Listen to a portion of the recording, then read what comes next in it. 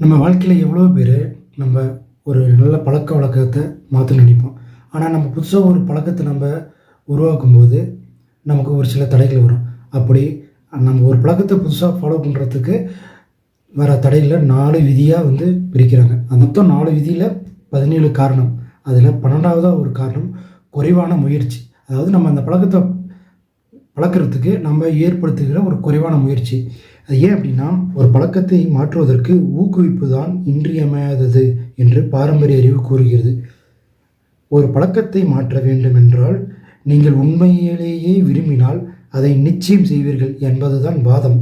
ஆனால் உண்மை என்னவென்றால், சோம்பேறியாக இருப்பதுதான் நமக்கு வசதியானதை செய்வதுதான் நம்முடைய உண்மையான ஊக்குவிப்பாக இருக்கிறது. அதாவது ஒரு பழக்கத்தை நம்ம இப்போ தினமும் நம்ம கோயிலுக்கு போகணும் அப்படின்னு ஒரு பழக்கத்தை உருவாக்கணும் வைக்கலாம். அப்போது நமக்கு ஒரு ஊக்குவிப்பு வேணும். ஒன்று நம்மளை நாம் மோட்டிவேட் பண்ணிக்கணும். இல்லையா, நம்ம என்ன அந்த பையன் டெய்லியும் கோயிலுக்கு போகிறோம், ஓகே வெரி குட், என்ன அவன் டெய்லியும் பரவாயில்ல ரன்னிங் போகிறான், டெய்லி எக்ஸசைஸ் பண்ணுறான் அப்படின்ட்டு நம்மளை நாம் மோட்டிவேட் பண்ணிக்கணும். இல்லையா, நம்மளை சுற்றி இருக்கிறோம் நம்ம மோட்டிவேட் பண்ணும்போது நமக்கு அந்த பழக்கத்துக்கு அந்த பழக்கத்தை தொடர்றதுக்கு இன்னும் கொஞ்சம் ஒரு மோட்டிவேட் கிடைக்கும். ஆனால் அந்த மாதிரி கிடைக்காத போகிறதுக்கு ஒரு காரணம், அதேமாரி ஒரு பழக்கத்தோட விளைவு என்னவோ அதன் மீது பற்ற வச்சு அதை கோலாக வச்சு தான் நம்ம ஒர்க் அவுட் பண்ணணுமே தவிர அந்த பழக்கத்துக்காக நம்ம ஒர்க் அவுட் பண்ணக்கூடாது. இப்போ டெய்லியும் எக்ஸசைஸ் பண்ணுறதுனால என்னுடைய உடல் வலுவாக நான் ஆரோக்கியமாக இருப்பேன், அதுதான் அதோடய விளைவு. அப்போ நம்ம அதை மைண்டில் வச்சு தான் ஒர்க் பண்ணணுமே தவிர நம்ம எக்ஸசைஸ் பண்ணால் நம்மளை இப்படி 4 பேர் டெய்லியும் ஜிம்முக்கு போகிறான் எக்ஸசைஸ் பண்ணுறான் அப்படின்ட்டு பேசுவாங்க அப்படின்ற ஒரு தேர்ட் பார்ட்டி கன்சர்னை நம்ம மனசில் வச்சு நம்ம ஒர்க் அவுட் பண்ணோம் அப்படின்னா யாரும் எதுவும் ஃபீட்பேக் கொடுக்கல அப்படிங்கிறப்போ நமக்கு அந்த மோட்டிவேஷன் குறைஞ்சிடும். அப்படி இல்லாமல் அந்த பழக்கத்தோட விளைவு என்ன, அதனால் நமக்கு ஏற்படக்கூடிய பயன் என்ன, அதை மனசில் வச்சு ஒரு பழக்கத்தை நம்ம தொடர்ந்தோம் அப்படின்னா கண்டிப்பாக அது நமக்கு வெற்றியை தரும். ஆனால் ஒரு பழக்கத்தை உருவாக்குறதுக்கு நமக்கு எது எளிமையாக இருக்கோ, எது எளிமையானதாக இருக்கோ அதுதான் நம்ம ஃபாலோ பண்ணணும். அப்போது நம்ம ஒரு பழக்கத்தை நம்ம புதுசாக பழகும்போது நமக்கு அது எளிமையானதாக இருக்கிற மாதிரி நம்ம அதை மாற்றிக்கணும். அடுத்த ஒரு காரணம், அடுத்த ஹைலைட்ஸு, ஒரு பழக்கத்தை எவ்வளவு குறைவான ஆற்றல் தேவைப்படுகிறதோ அப்பழக்கத்தை கடைப்பிடிப்பதற்கான சாத்தியக்கூறு அளவும் அதிகம். உண்மைதாங்க. இப்போ ரன்னிங் போகிறோம்னா வீட்டு பக்கமே கிரவுண்ட் இருக்குது அப்படின்னா நம்ம அதுக்கு எனர்ஜி செலவு பண்ண வேண்டியதில்லை. இதே நம்ம ஒரு டெய்லியும் ஒரு 10 கிலோமீட்ரு போய் அதுக்கப்புறம் நம்ம அந்த கிரவுண்டில் போய் ரன்னிங் போகணும் அப்படிங்கிறப்போ நாம் கொஞ்சம் யோசிப்போம்.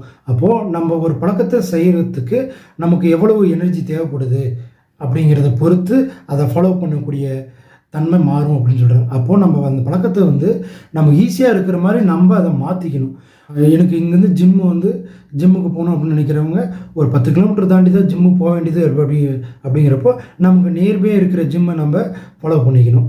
அப்போது நம்ம டெய்லி அதை பார்க்கும்போது நமக்கு அது பக்கமாக இருக்கும்போது சரி பக்கம் தானே இருக்குது அப்படின்ற நம்ம ஆரம்பத்தில் போகணும். இதே நம்ம தூரமாக இருக்கிறப்போ நமக்கு ஒரு சலிப்பு ஏற்படும். அந்த சோம்பேறித்தனத்தை உருவாக்கக்கூடாது.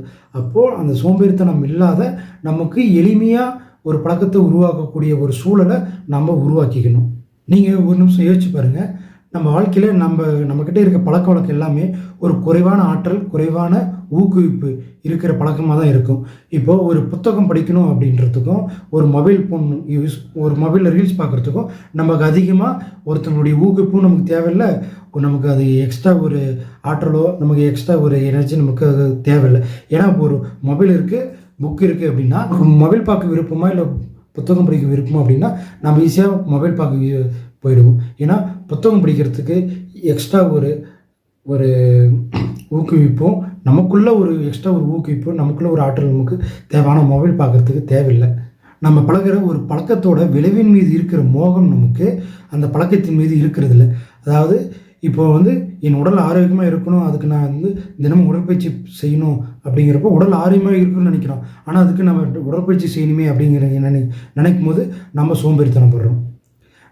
என் மனம் நல்லா சாந்தமாக இருக்கணும், எந்த ஒரு கவலையும் இல்லாமல் நான் நல்ல ஒரு சிந்தனை திறனோடு இருக்கணும் அப்படிங்கிறதுக்கு இப்போ ஒரு தியானம் பண்ணால் அப்படி இருக்கலாம் அப்படின்னு நினைக்கும் போது தியானம் செய்கிறது நமக்கு ஒரு சோம்பேறித்தனமாக இருக்குது.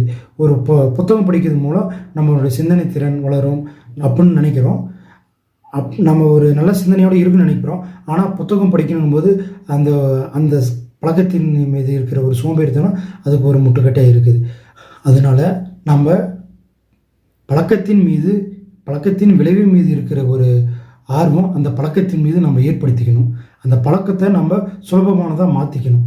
அந்த பழக்கத்தை நம்ம கஷ்டம்னு நினச்சோம்னா கஷ்டமாக இருக்கும். அதை நம்ம சுலபமானதாக மாற்றும் போது நம்ம அதை ஈஸியாக அந்த பழக்கத்துக்கு நம்ம ஃபாலோ பண்ணிக்கலாம். அதனால் நம்ம பழக்க வழக்கங்களை நம்ம மாற்றிக்கொள்ளாமல் நம்ம வாழ்க்கையில் எதுவும் மாறாது. நம்ம வாழ்க்கை மாறணும்னா முதல்ல நம்ம மாறணும். நம்ம மாறினா வாழ்க்கை தானாக மாறும். நம்ம மாறாமல் நம்ம வாழ்க்கையில் எதுவும் மாறாது. ஓகே.